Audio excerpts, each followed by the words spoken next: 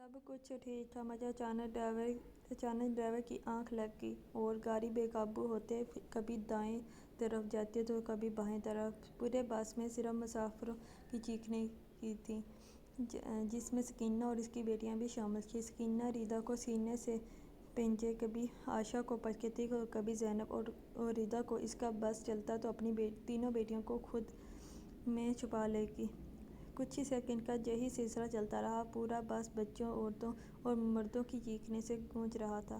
لیکن چند سیکنڈ بعد گاڑی کھائی میں گر گئی۔ ہر طرف مکمل خاموشی چھا گئی۔ آوازیں تھیں اور بس ان چند لوگوں کی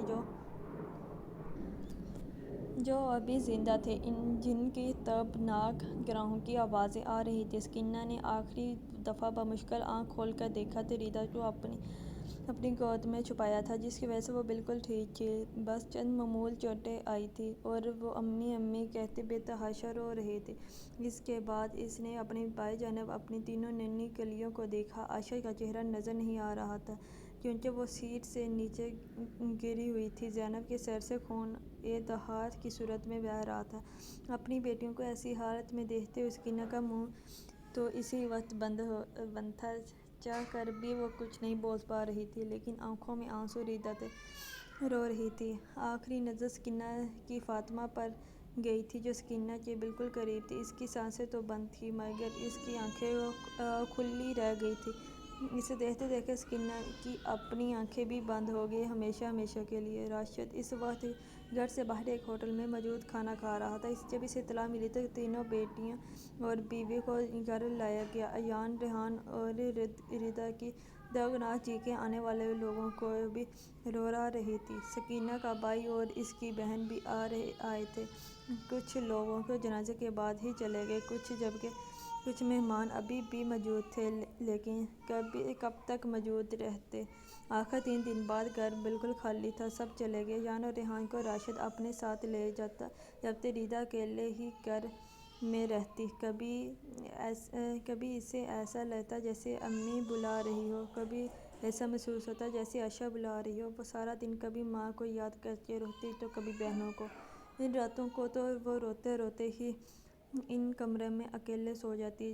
جب کمرے میں پہلے وہ اپنی تینوں بیٹیوں کے ساتھ سوتی تھی، جبکہ ریحان اور ایان تو راشد کے اپنے ساتھ ہی سلاتا۔ رات کے 1 بجے کا وقت تھا جب راشد کی آنکھ کھلی تو کسی کے رونے کی آوازیں اس کے کانوں میں پڑ رہی تھیں۔ پہلے تو اس نے نظر انداز کر دیا، سونے کی کوشش کرنے لگا، مگر کوشش کے باوجود جب اسے نیند نہیں آئی تو وہ راشد غصے میں کمرے سے باہر آ گیا۔ وہ ریدا ہی تھی جسے اکیلے کمرے میں ڈر لگ رہا تھا۔ اب اس کی پیاری امی جان اور عزیز بہنیں نہیں تھیں جو اس کے رونے کی آواز پر فوراً اٹھ کے بیٹھ جاتی۔ اب ریدا اکیلی ہو چکی تھی، صحن میں بیٹھی وہ رو رہی تھی۔ جب باپ کی آواز اس کے کانوں میں پڑی، کیا ہوا ہے؟ تو اب کون سی قیامت آ گئی ہے جو تم ندیاں بہا رہی ہو؟ ابو مجھے ڈر لگ رہا ہے، اکیلے کمرے میں نیند نہیں آ رہی، ریدا نے روتے ہوئے بتایا۔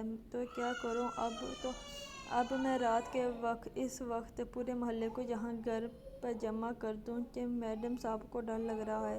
چلی جاتی اپنی ماں کے ساتھ تم بھی، لیکن کہیں تم نے کہاں میری جان چھوڑنی ہے؟ اب اٹھو، دفعہ ہو جاؤ کمرے میں، آواز نہ آئے اب تمہاری، ورنہ گھر سے باہر نکال دوں گا تمہیں۔ یہ سنتے ہی وہ کمرے میں بھاگ گئی، فوراً کمبل میں گھس کے منہ میں ہاتھ رکھ کر رونے لگی، جبکہ راشد واپس سکون کی نیند سو گیا۔ اس کے بعد ریدا کے رونے میں کمی آ گئی۔ اب وہ پہلے کی طرح نہیں روتی تھی، شاید اب وہ ان چیزوں کی عادی ہو گئی تھی، یا یہ کہہ سکتے ہیں کہ اب وہ حد سے ڈھیٹ ہو گئی تھی۔